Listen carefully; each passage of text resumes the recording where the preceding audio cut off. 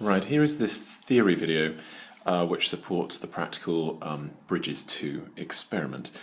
If you can recall, what we did was we had a pivot, we had a load, and this was kept constant. The position of the load was kept constant, and then we changed the position of the supporting force and looked at how the supporting force varied.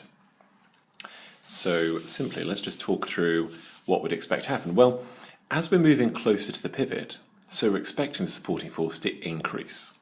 Hopefully, that should be intuitively make sense to you. So as you move, so if we're, and remembering this is our distance d, of course. So for as d decreases, the supporting force increases. This is known as a qualitative statement. It's just describing it. If you were feeling particularly flash and confident about it, you could say if you halve the distance, then the force doubles. And that would be a quantitative statement. You're actually putting values to it. Okay, so what would that look like then? Well, definitely if you're decreasing the distance, you're increasing the force. So you're going to expect something like this to take place.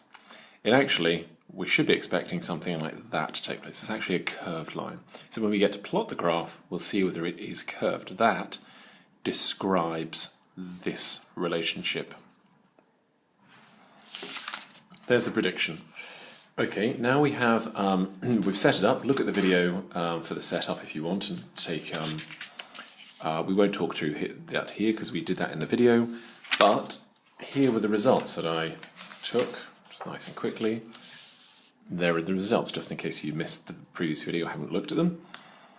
As we decrease the distance, we're noting that the average supporting force is increasing, which sounds about right, similar to our prediction. We then were asked to plot a graph of it. Once again, I did that before. It's nice. It's a nice large graph, remembering what we're looking to achieve here is, these are the 5 points when we're asked for a graph. We're looking for the axes are correctly labelled, i.e. I went for the independent variable I'm changing versus the dependent variable. So the axes, the orientation should I say. So the first one was the orientation, which way around they are. The axes, are they labelled with a unit? Then the points, better trust me, they're correct. The right shape, but people will be looking quite closely whether you are accurately predicting the points. We then have the scale, maybe I should have done that earlier, but are these factors of 1s, 2s, 5s or 10s? We don't want 3s, 6s, 7s, 9s. And are you occupying over half the page? If so, then your scale is right. Similarly along the bottom here. And lastly, the line of best fit.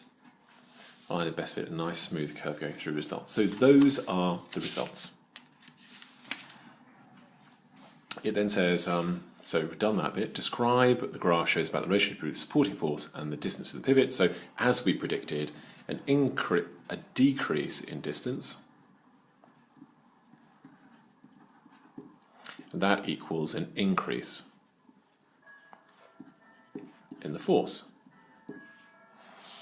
Yeah, it matches, I'd say. Good. Now it starts to get tricky here when we're looking at the analysis. We did this before with the previous one, but this one is a little trickier.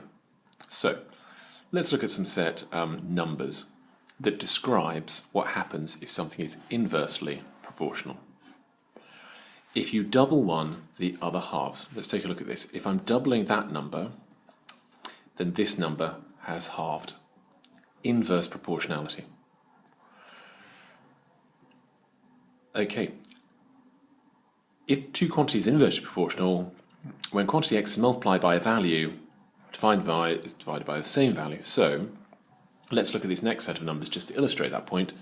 2 to 12, 4 to 6, 8 to 3, 12 to 2. Why is it that x equals 2 and y equals 12? Well, that's because y is equaling a constant times x, which is actually 6 lots of x. Let me give you an example here. if I take take this, 2 lots of 6 gives me 12.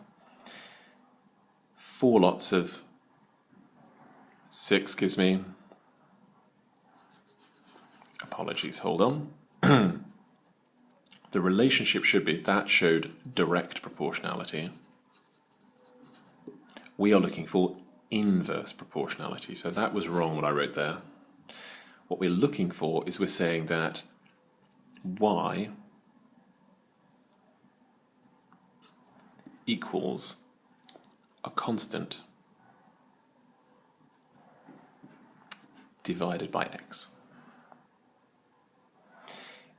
In other words, here, the constant would be 24 divided by x. Let's see if that's right. So, if I took 24 and I divided by 2, I get 12. If I got 24 and I divided by 4, I get 6. If I got 24 and divided by 8, I get 3. So we can easily say that y times x is equal to this constant, which is 24. Let's see if that's right. 2 times 12, 24. 4 times 6, 24. 8 times 3, 24. 2 times 12, or 12 times 2, 24. So you can see here, that is the equation we're using. Whereas, maybe I shouldn't have crossed that out, directly proportional was y equals a constant times x. This time it's divided by x. So this one here. Okay. So therein is what I described before. So what we should say to ourselves then is let's get these values and let's see what they give us. So if we know that x times y is a constant, then I can say, well, this is 24, that is 24, so all of these multiples should equal 24. So what do I multiply 1 by to get me to equaling 24? Well, 24. What do I equal 3 by? 8. 5 by? Well, then it gets a little bit more complicated, but 4.8 would do it. 6 times 4, 7 times 3.4, of course, the reverse. 9 times 2.6, 10 times 2.4, 11 times 2.2. So there is our relationship, inversely proportional relationship. There's the theory. Now let's see if our results hold up to that theory. So, if you remember from our results, we have, and you can look back, let's look back for this.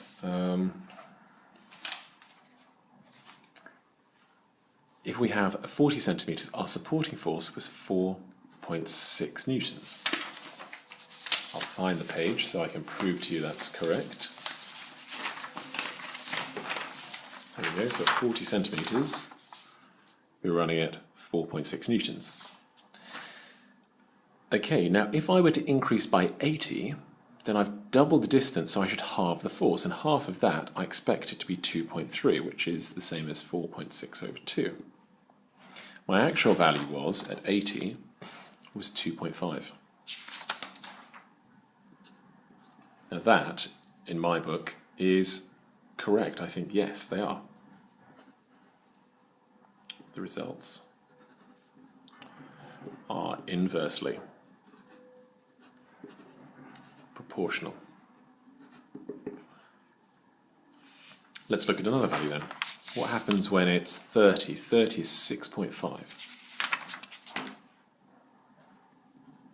Now what am I expecting? I've doubled the distance again, so I'm thinking to halve that, 3.25.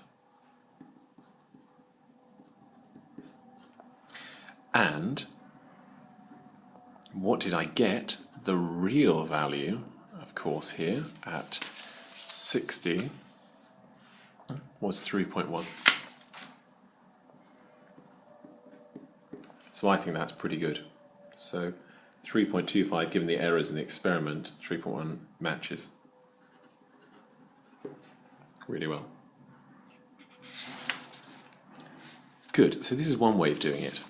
We can take the values, multiply them, and see whether it fits the pattern. For instance, here, we can take the distance, our average force, so what I'm going to do is just extract all of that data into there. So I'll write that down quickly for you. And we should have 2.5, 2.75, 3.1, 3.7, 4.6, 6.5, 9.35. And if I multiply these two together, which is in effect, if I'm saying, let's remind ourselves what's happening here, if I'm saying the distance is equal to a constant divided by the force, then the distance multiplied by the force should be constant. That's inverse proportionality. So let's see, if I multiply that together, what does it give me? It gives me 2. Multiply that, 1.925. I won't repeat all the symbols. However, a bit of quick maths here. Actually, I've done it before, but here we go.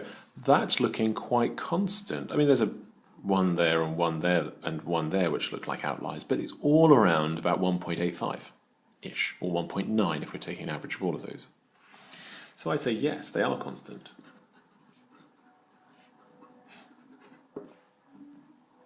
So therefore, I can say that d is equal to a constant divided by the force. Or if you like, if you feel more confident with the maths, d is proportional, so I take out the constant 1 over f.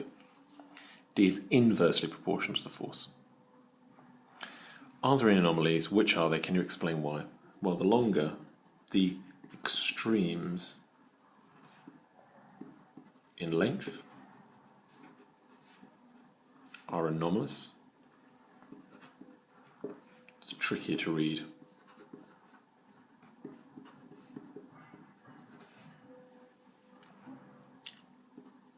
The measurements. Okay, good. What are you going to do next? Now, this is quite an interesting idea here. There's a third method, which means you're going to plot a graph of 1 over d. Let me just try and explain the theory here. I don't know whether you've done this, but in maths, the equation for a straight line is y equals mx plus c.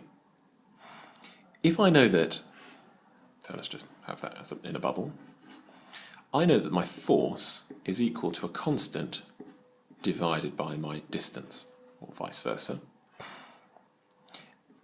And that means I've plussed nothing onto it. That's still mathematically sound. Plussing 0 or not writing it is still the same thing.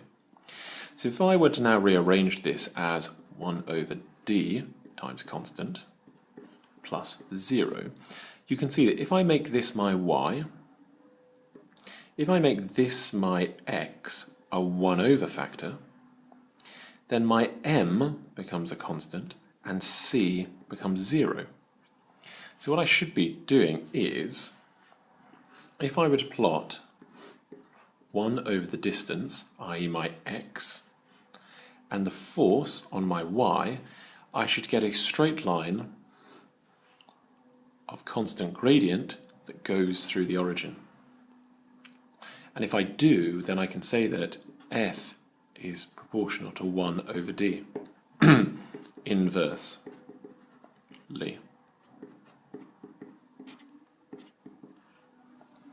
That's a really important trick, because it's really hard to work out whether something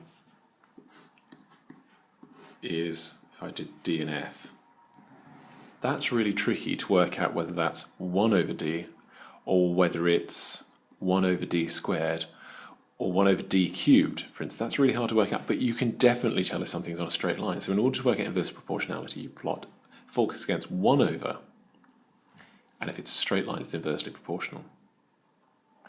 So let's put the values in. I asked you in the video before to write down 1 divided by distance, and the 1 divided by distance should give you a series of answers, which are 1.3, 2.0, 2.5, 3.3, 5.1, and the average supporting forces of them are 3.7, 4.6, 6.5, and 9.35, and now we need to plot those results, plotting them. Here's one I did earlier. What are we looking at here? Well, first of all, orientation. Correct. My independent variable arranged against my dependent variable. Axes. Yes, I've labelled it with a unit. I've labelled it with a unit 1 over m. Interestingly, you've probably never seen that, but that's applicable. Scale. Yes, look, 1 is my division and 2 is my division. That's good. What about the points? Oof, tricky to do, really tricky to do, but trust me, they're there. And the line of best fit. Yes, straight line through the origin. I mean, some of these are slightly off, but that's experimental error. This is pretty much showing a very good inverse relationship. So which method is best? 3 types. So one would be working out the distance times force, see if it's constant. The other is plotting F against 1 over D. And the other one is just by inspection of 2 lots of force equals half lots of distance. And I think this by far is the best one, because you can instantly tell by looking at it whether it looks like a relationship. However, this one you might look at and think to yourself, oh, are they close? Are they not close?